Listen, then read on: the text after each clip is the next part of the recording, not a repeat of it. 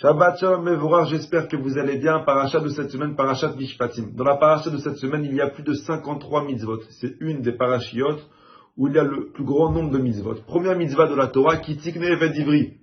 Une personne a le droit d'acheter, d'acquérir un serviteur juif. Il peut le faire travailler pendant 6 ans, mais la Torah nous oblige, la 7e année, on a l'obligation de libérer son serviteur. On ne peut pas garder un serviteur plus de 6 ans. 7e année, il doit être libéré.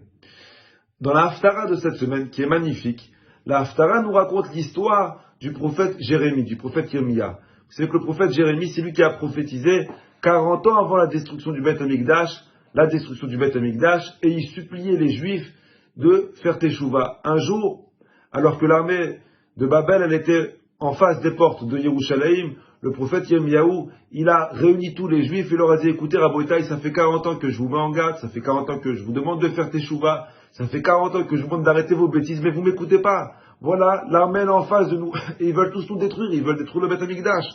Et Yirmiyahu, le Midrash, il dit, qu'il leur dit, il nous reste à faire une seule mitzvah, qui sera tellement grande, que Akadosh Baruch Hu, s'il voit qu'on l'a fait, il va nous aider. C'est sûr qu'il va nous aider. À Israël, ils ont demandé au prophète Jérémie, quelle mitzvah? C'est quoi la dernière roue de secours qui nous reste?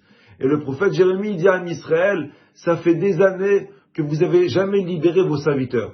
Vous avez l'opportunité aujourd'hui, libérez vos serviteurs. Et si vous libérez vos serviteurs, Akadosh Baruch Hu, il va voir l'effort que vous faites, et peut-être qu'il aura pitié de nous, et mettra en déroute l'armée de Babel. Les Juifs, en entendant les paroles de Jérémie, ils ont pris peur, et ils ont fait ce que Yirmiyahu leur a demandé. Ils ont tous libéré leurs serviteurs. Du jour au lendemain, tous les esclaves, ils étaient libres.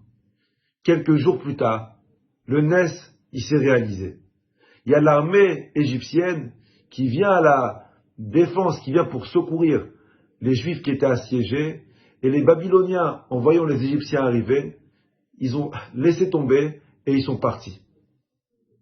Les Juifs, quand ils ont vu qu'ils ont été sauvés par l'armée égyptienne, ils ont regretté d'avoir libéré leurs esclaves. Ils se sont dit, tu vois, on a libéré les esclaves pour rien, puisque à la fin de l'histoire, les Égyptiens ils sont venus nous aider. Même si on ne les aurait pas libérés, les Égyptiens nous auraient aidés. Les Juifs, ils se sont pas dit, c'est Akadosh Baruch Hu qui a vu l'effort qu'on a fait, en contrepartie nous a envoyé l'armée égyptienne nous aider. Ils ont dit, tu vois, on a fait tout ça pour rien. Et c'est écrit dans la Haftara que quelques jours après avoir libéré leurs esclaves, ils ont réasservi une deuxième fois leurs esclaves. Et à ce moment-là, Akadosh Baruch Hu, il a dit, je peux plus rien pour eux. Et ce qui s'est passé, c'est que l'armée égyptienne, elle s'est alliée à l'armée babylonienne, et les deux, ils ont attaqué Israël, ils ont détruit Beth Amikdash, et on était en galoute à cause de ça. Vous savez, cette histoire me fait rappeler une fameuse histoire qu'une fois une personne, il avait un rendez-vous très important. Il était dans sa voiture, il cherche une place pour se garer, et il tourne. Il voit comme quoi il ne trouve pas de place, qu'il risque de rater un rendez-vous très important pour lui. Il lève les yeux au ciel, il dit à Kadosh Baruch Hu, je t'en supplie, j'ai vraiment besoin de ce rendez-vous, j'ai vraiment besoin de ce travail. Si à Kadosh Baruch Hu, tu me trouves une place, alors je te promets à Kadosh Baruch Hu, je vais mettre mes tefilines, je vais commencer à manger kasher, je vais commencer à respecter Shabbat. Je t'en supplie à Kadosh Baruch Hu, fais quelque chose, que je trouve une place. Il finit pas sa phrase qu'il y a une voiture qui part, qui libère la place de parking. Le juif, il lève les yeux au ciel, il dit, non, pas besoin, Kadosh Baruch Hu, oublie ce que je t'ai demandé, j'ai trouvé une place. Combien de fois on a eu un problème dans notre vie, on a eu peur pour quelque chose, et on a fait des promesses. On a prié, on a fait des promesses. On dit à Kadosh Baruch Hu, je t'en supplie, si je guéris, si j'ai la parnassa, si je me marie, si j'ai des enfants, alors je vais faire. Et à Kadosh Baruch Hu, il a écouté notre filote, et il nous a envoyé ce qu'on a demandé. Et quelques jours après qu'il nous a envoyé ce qu'on a demandé, on a oublié notre promesse. Vous savez, une personne qui oublie sa promesse, c'est encore beaucoup plus grave que s'il n'avait rien fait du tout. Parce que maintenant que Akadosh Baruch Hu, il a fait un S avec toi, comment tu peux oublier ta promesse?